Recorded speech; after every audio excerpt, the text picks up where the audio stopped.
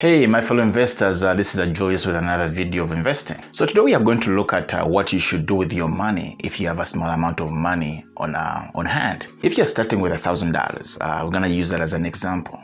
It can be hard to decide where to invest. I don't want you to knock the power of the money that you invest, and even $1,000 is a fantastic start to building towards a long-term financial flexibility. In this day and age, there are ample investment options to choose from.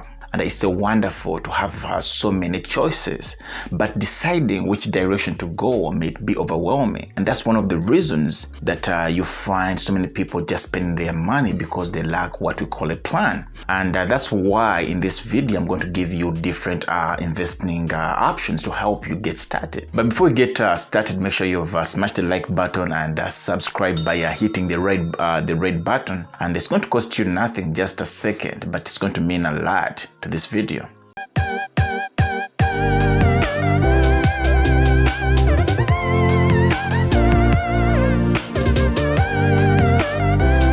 So if you're holding $1,000, you can start a savings account or add to it if you already have one. Now, with the best annual interest rate below 1%, putting money into a savings or a money market account may not seem like much of an investment at all. However, millions of households don't have adequate funds on hand in case of an emergency. And if you're in that boat, this is a great place to start.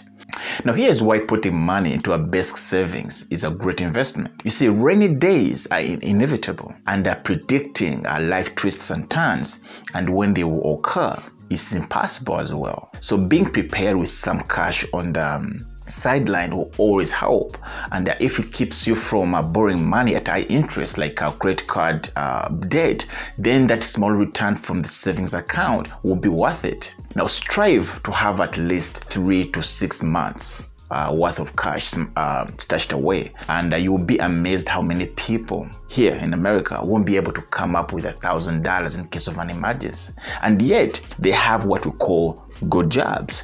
Now, there is nothing as good as having a peace of mind knowing that if something happens to you, you are prepared for it. The second option is investing in a 401k. Now, who doesn't want a raise? I mean, why so many of us are dissatisfied with compensation? We sometimes overlook an extra pay our employer offers, and that is a matching 401k or a similar company-sponsored retirement plan account contribution. Now, the mechanics are simple, right? If your company offers a match, the business will double. Now, your contribution usually up to a certain percentage of your gross salary. For example, if your company offers a 3% match, it will contribute a $30 for every $1,000 of your paycheck, and usually only if you opt to add the same 3% of your pay to your 401k or similar retirement account.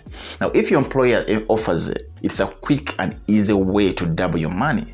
Not to mention a great way to save money on taxes, since your contributions are usually enters your account before they've been taxed. And if you have $1,000 to invest, check with your HR department or benefits specialist about how to set that money aside for retirement. Now, what hurts us most is we don't ask the right people for advice.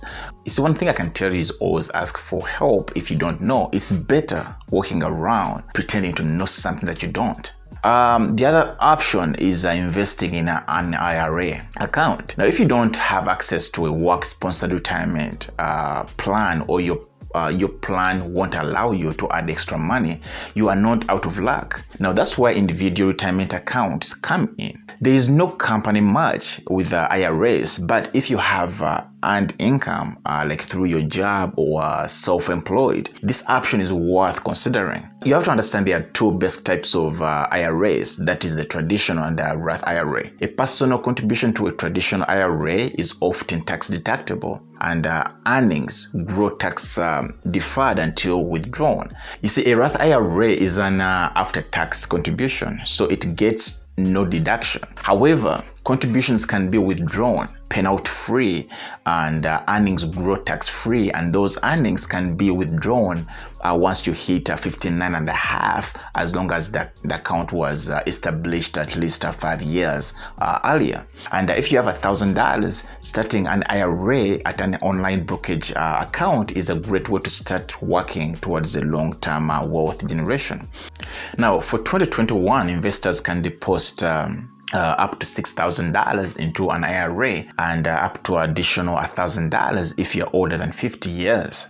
The other option is opening a taxable brokerage account. If you have exhausted the first 3 options that we talked about and still have $1,000 to invest, opening a taxable investment account is another solid option. Now think of this like a savings account, since any realized earnings and interest will be taxed each year.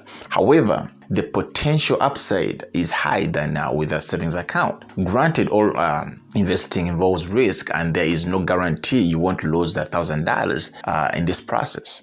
Also remember that depositing $1,000 should only be the start. Investing works best if you make regular deposits. The more frequent, the better. Once you establish a brokerage account, consider setting up a recurring deposit, perhaps monthly or quarterly, to contribute to building towards your financial goals.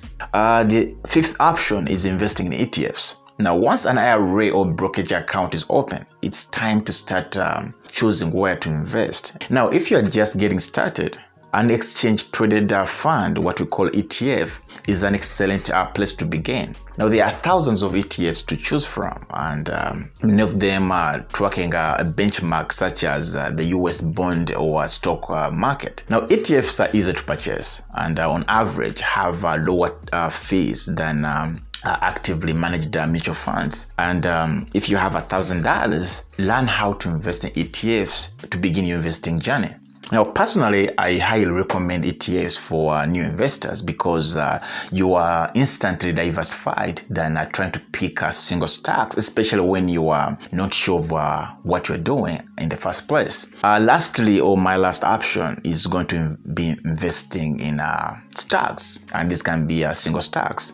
And if you want more control over your investments and which business you own, you can consider purchasing individual stocks. And even with $1,000, it's possible to build a well-rounded portfolio of good stock options. And the good thing is, as of today, many brokerage even allow investors to purchase fractional shares for those stocks with high share price tags. For instance, Amazon, Tesla's, Google. You can actually purchase as a fraction of that stock. You see, it's possible to own individual stocks in both IRAs and taxable brokerage accounts. And additionally, gains in individual stocks are not taxed until you sell them, making this an ideal strategy for deferring taxes in a brokerage account. But one thing I want you to remember is that stocks represent an ownership stake in a business. And if you start a new venture with the intent of staying in a business for just a short period of time, owning stocks works best in such the same way as owning a business. And this is because owning a piece of quality business becomes increasingly powerful the longer you stick with it. Therefore, if you go this route of investing in stocks, it's important to do the same homework and make sure you purchase with the intent of holding the stock for at least a few years. Now, those were my 6 investment options that I would invest in if I had $1,000 sitting somewhere doing nothing.